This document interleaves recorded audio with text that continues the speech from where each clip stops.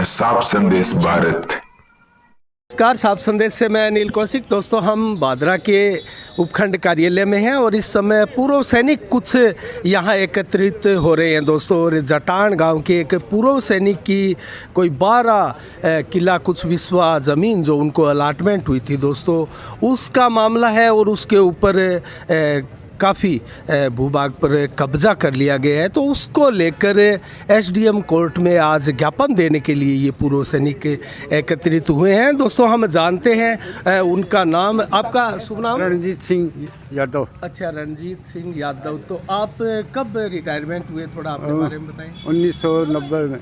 अच्छा, 1990 में रिटायरमेंट हुए। तो क्या मामला है, कितना अलॉटमेंट था? और 12 किला 3 विस्वा अलॉटमेंट है और ये अभी 7 किला मेरे पास है। 5 किला पर कब्जा हो रही है। 5 किला पर कब्जा हो चुका है। हाँ। तो इस कब्जे का रीज़न क्या रहा? रीजन तो संभाली को नहीं। पहले से एक बार आया तहसील में, बोले नक्शा नहीं है, ये फटा हुआ है जी जी। और गांव के पास का है, तो हम ऐसे नहीं कर सकते। तो कब्जा किसने कर लिया? ये हरिजनों ने। जोर से बोलो। हरिजनों ने, अच्छा अच्छा। मेघवालों ने। अच्छा, मेघवाल दलित वर्ग के दलित लोगों बोले। ने। तो ये क्या इसको लेकर अब ज्ञापन देने के लिए आप आ रहे हैं? हाँ जी। तो ज्ञापन में क्या मांग रख रहे हैं आप? मांग है कि हमारे 12 किला 3 विस्वा पूरी होनी चाहिए ज़मीन। जी। 2 साल से मैं इनके पीछे घूम रहा हूँ। 2 साल से पीछे घूम रहे हो। हाँ। तो क्या आश्वासन दिया गया अब तक आप? ये बोला करेंगे करेंगे, ऊपर से दबाव आ जाता है, फिर नहीं करते। नहीं, दबाव किसका? कोई राजनीतिक दबाव है? राजनीतिक दबाव। अच्छा। हाँ। तो फिर अगर नहीं होता है तो आगे क्या करेंगे आप? आगे बैठे रहेंगे यहीं पर धरने के ऊपर, और क्या करेंगे? धरना प्रदर्शन करेंगे। और तो क्या पूर्व सैनिक और जो क्षेत्र के है संगठन भी है, तो क्या वो आपके साथ है? हाँ, मेरे साथ है, आया हुआ भी है। यहाँ आए हुए हैं ना, हाँ। उनसे भी बात करेंगे। हाँ, राजेंद्र सोनी भी है, समाज सेवी, और सतवीर सूबेदार भी है, उनसे भी जानते हैं। हाँ।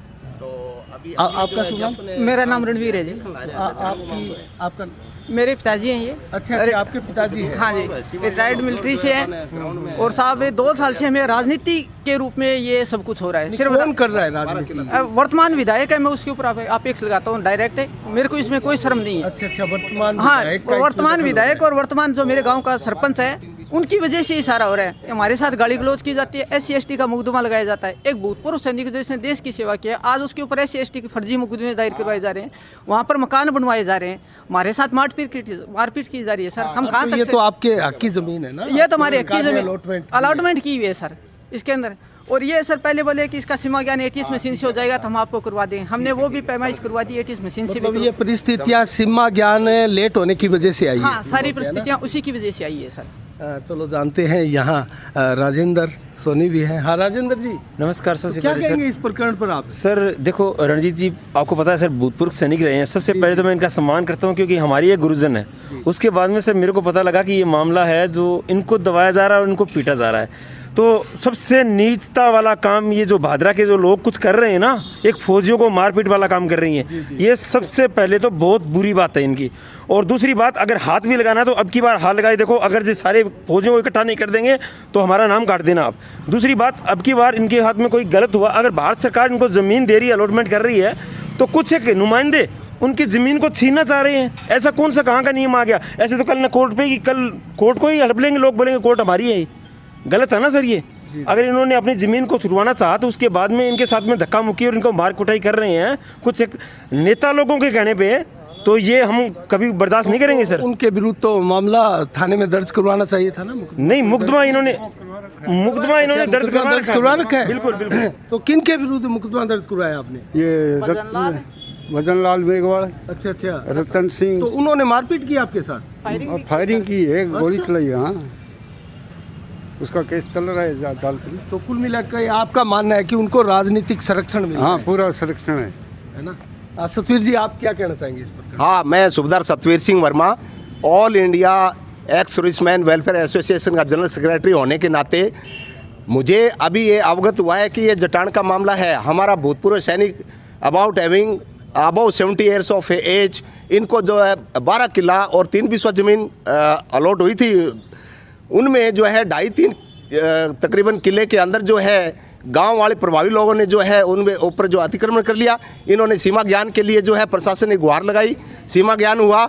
उसके बाद में जो है बादरा प्रशासन तहसीलदार महोदय को जो है अधिकृत किया गया। तहसीलदार जी ने जो है अभी तक सीमा ज्ञान का जो है इनको भौतिक ग्राउंड स्तर पे जो है हैंडओवर नहीं किया है। इन्होंने बार बार ये तीसरी बार यहाँ आ रहे हैं, इनके साथ मुकदमे भी हुए हैं। हम सैनिकों के साथ मेरे पास सर्वे रिपोर्ट है, बादरा तहसील के अंदर तकरीबन 20-25 पूर्व सैनिकों और सैनिकों के साथ में जो है ऐसा ही इंक्रोचमेंट का जो है मामला पिछले 8-10 महीनों के अंदर हुआ है। तो ये मुझे ऐसा प्रतीत हो रहा है कि यहाँ का जो प्रशासन है वो जो है यहाँ के जो स्थानीय राजनीतिक नेताओं के संरक्षण में जो है ये एक जस्ट लाइक एक दलाल की तरह ये काम कर रहे हैं। और यहाँ मैंने देखा है यहाँ का प्रशासन जो है डुलमुल नीति अपनाते हुए हफ्ते में जो है 5 दिन काम होता है, उसमें 2 ही दिन यहाँ मुझे लगा सीट पे जो है काफ़ी जो अधिकारी और कर्मचारीगण सीट पे भी नहीं होते हैं। मैं हनुमानगढ़ जिले का सबसे पहला आरटीआई एक्टिविस्ट होने के नाते जो है मुझे पूरा ज्ञान है या बादरा तहसील के अंदर यहाँ के कर्मचारी और अधिकारीगण जो है यहाँ 25% भी काम करने के लिए जो है सक्षम नहीं है। यहाँ मैं कह सकता हूँ। और यहाँ शुक्रवार को जो है सुबह ही 10 बजे और यहाँ के कर्मचारी अधिकारीगण जो है अपने गांव में चले जाते हैं। अभी मुझे दोबारा कलम उठानी पड़ेगी। 2005-7 के अंदर जो है सूबेदार सतवीर सिंह का यहाँ पे खौफ था, क्यों आरटीआई एक्टिविस्ट होने के नाते जो है यहाँ पे। और आज जो है ये स्थिति हो गई है, मुझे भी जो है ये लोग बोलते हैं नकल कल लेना परसों लेना इस तरह से। तो आज हमारे सामने एक विकट परिस्थिति आ गई है। हम अनुशासन प्रिय सैनिक होने के नाते हम आक्रोशित नहीं हो सकते, लेकिन हमें यहाँ का प्रशासन जो है बादरा का हमारे को मजबूर कर रहा है। अभी हमने जल्दी ही 13 तारीख को मीटिंग आयोजन किया जिले लेवल पे, और जब उसमें ये सारे जो है समस्याएं हैं यहाँ के जो है बीकानेर संभाग के जो है सैनिकों पूर्व सैनिकों की जो है वो हम कलेक्ट कर रहे हैं। युद्ध स्तर पे हमारा काम चल रहा है अंडरग्राउंड। और हम इन प्रशासन को गले में ऐसे लेकर के जो है रोड के ऊपर घसीटेंगे। हमें पता है इन लोगों की स्लैकनेस कहाँ पे है। इनकी जो है दैनिक डायरी निकलवाएंगे हम आरटीआई के तहत, इनकी लॉग बुक निकलवाएंगे और इनका कार्य करने की शैली और इनका 1 महीने का वर्किंग कितना काम किया हो रहा है वो सारा डाटा हम लेंगे। और ये काम यदि जो है सही मायने में काम नहीं करते हम पूर्व सैनिकों का, तो उसके बाद में हमें काम कराना आता है अच्छी तरह से। हमारी कलम जो है अच्छी तरह से जो है वो काम करेगी आने वाले समय के अंदर।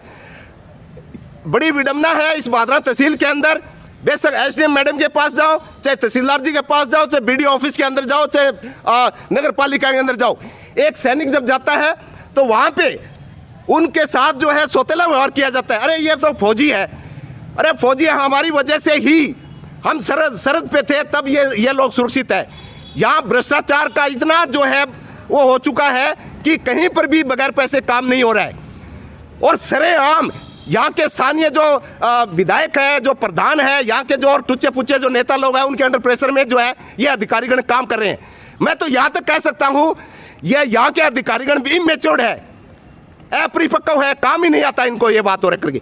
एक सैनिक के लिए बड़े शर्म की बात है कि आज हमारा 70 साल का सैनिक जो है और अपने एक अधिकार के लिए दर जो है इनके सामने जो है घुटने टेक रहा है, गुहार लगा रहा है, उसके बावजूद बोले हम मजबूर है। किस बात के मजबूर है?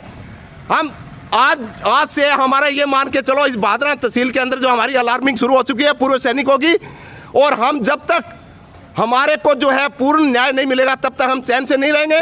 आने वाले समय के अंदर हमारे पूर्व सैनिक का पूरा परिवार और हमारी एसोसिएशन पूरा यहाँ धरना प्रदर्शन करेगी, और यहीं से ही और ये पूरे राजस्थान प्रदेश के अंदर जो आगाज होगा पूर्व सैनिकों का जो है, ये मान लो कि अभी पूर्व सैनिक जाग चुका है। और आने वाले समय के अंदर जो है सैनिकों को जैसे वेलफेयर मेजर में पूर्व सैनिकों को भूमिहीन सैनिकों को 1 मरबा जमीन नहरी और 40 किला जमीन जो है बारानी का प्रावधान है, हम वो भी डाटा कलेक्ट कर रहे हैं। यहाँ पे भूमाफिया जो बादरा तहसील नौर है इनमें यहाँ बहुत सारी ज़मीनें हैं, हमारे पास जो पूरे खसरों का जो है डाटा है, वो भी हम जो है भूमिहीन सैनिकों को जो अलॉट करवाने का काम करवाएंगे। अच्छा, कुल मिला के सतवीर जी मैं सवाल यही है कि आप अपने पूर्व सैनिक साथी को अकेला नहीं छोड़ेंगे, संकल्पित है कि उनको न्याय दिलाएंगे? यस अनिल जी, मैं एक general secretary all India ex serviceman welfare association का राजस्थान स्टेट का जनरल सेक्रेटरी होने के नाते ये मेरी प्राइम ड्यूटी बनती है। ये इनका काम नहीं है, ये काम मेरा है। तो इसीलिए हम अकेला नहीं छोड़ेंगे, हम और पूरे जो हमारे एसोसिएशन को जो है पूरा वेल ऑर्गेनाइज तरीके से जो है इकट्ठा कर और हम बड़े प्लानिंग के साथ के अंदर जो है हम प्रशासन को जो है झुकाने का काम करेंगे। चलो बहुत बहुत धन्यवाद सतवीर जी आपका। जी, तो दोस्तों आपने देखा किस प्रकार से एक पूर्व सैनिक की जो पीड़ा थी उस पीड़ा के बारे में यहाँ उनके पूर्व सैनिक साथियों ने भी बहुत कुछ कहा। और दोस्तों जिस प्रकार से यहाँ क्षेत्र के किसान सड़कों पर थे पानी को लेकर और अन्य वर्गों के लोग सड़कों पर थे, दोस्तों उसी प्रकार से अब पूर्व सैनिक भी लगता है सड़कों पर उतरने वाले हैं। जैसा सतवीर जी ने बताया कि 20 से 25 ऐसे पूर्व सैनिक हैं जिनकी इस प्रकार से अलाटमेंट की हुई ज़मीनों को बादरा क्षेत्र के भूमाफियाओं द्वारा खुर्द बुर्द कर दिया गया है। एक और साथी भी है जो कुछ कहना चाह रहे हैं, हम उनसे बात करते हैं। आपका शुभ नाम? विनोद कुमार है जी। हाँ जी विनोद जी, क्या कहेंगे? जी, ये इनकी 12 किला 3 बिस्वा ज़मीन है, उस पर नाजायज़ कब्जा कर रखा है कुछ गांव वालों ने और अवैध कब्जा है बिल्कुल। वहाँ पर कोई मकान मुकुन तो नहीं बने, वैसे वो अलाटमेंट की ज़मीन है, अवैध कब्जा होगा। हाँ, तो वो छोड़ नहीं रहे, तो इनको न्याय मिलना चाहिए। न्याय मिलना चाहिए, बिल्कुल, यही आपकी यही गुहार है। तो आप ज्ञापन देने चाह रहे हैं? हाँ जी, हाँ जी, बिल्कुल। चलो बहुत बहुत धन्यवाद बस। तो दोस्तों ये ज्ञापन अब देने के लिए उपखंड कार्यालय में सभी पूर्व सैनिक हैं वो जा रहे हैं। तो दोस्तों इनकी मांग बड़ी जायज़ है और जिस प्रकार से ये भारत में सरहद पर ये रक्षा करते हैं दोस्तों, तो उनके इस रुतबे को जज्बे को एक प्रकार से उनकी ज़मीनें हड़प कर जिस प्रकार से उनको दंश दिया जा रहा है दोस्तों, ये कहीं ना कहीं गलत है, सही नहीं है। और यहाँ ज्ञापन देने के लिए बंद करो, बंद करो, बंद करो, भूमाफिया से डरना बंद करो, बंद करो, बंद करो, फौजियों की जड़ी जमीन हड़पना बंद करो, बंद करो, बंद करो, अरे फौजियों की जमीन हड़पना बंद करो, बंद करो, बंद करो, फौजियों की जमीन हड़पना बंद करो, बंद करो, बंद करो, अरे जमीन हम सरहद से लेके आए हैं, जमीन सरहद से लेके आए हैं, जमीन मेहनत से कमाई है, कमाई है, नेताओं ने खाई है, भूमाफियों ने खाई है, फौजियों की जमीन हड़पना बंद करो, बंद करो, बंद करो, फौजियों की जमीन हड़पना बंद करो, बंद करो, बंद करो, फौजियों की जमीन हड़पना बंद करो, बंद करो, बंद करो। भादरा प्रशासन मुर्दाबाद, मुर्दाबाद, मुर्दाबाद, भादरा प्रशासन मुर्दाबाद, मुर्दाबाद, मुर्दाबाद।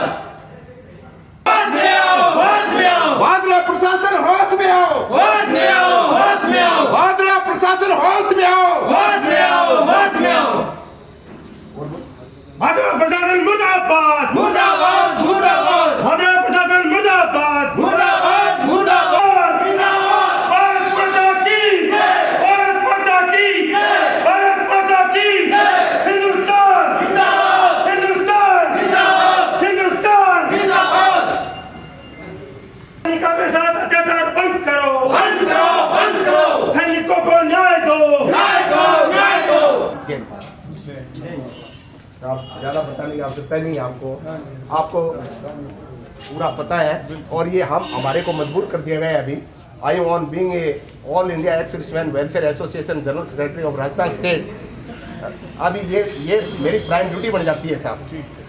मैं कल ही अजमेर से परसों आया, आकर के उन्होंने बताया मेरे को, अभी ये मजबूर कर रहे हैं कि अभी जो यहाँ मैं और बोला जो है मेरा पूरा परिवार यहाँ जाना है। हमने इनको समझाया, उसके बावजूद यदि ये आपके जुरिडिक्शन में आता है, हमारी हम्बली रिक्वेस्ट है साहब, हमारे सैनिकों के साथ बहुत बड़ा अत्याचार हो रहा है। बिल्कुल सर, बिल्कुल। तो ऐसा है ये साहब, हम आपके पास न्याय की गुहार लेकर आए हैं, टाइम रहते हुए ये करवा दो साहब। जय साहब, जय।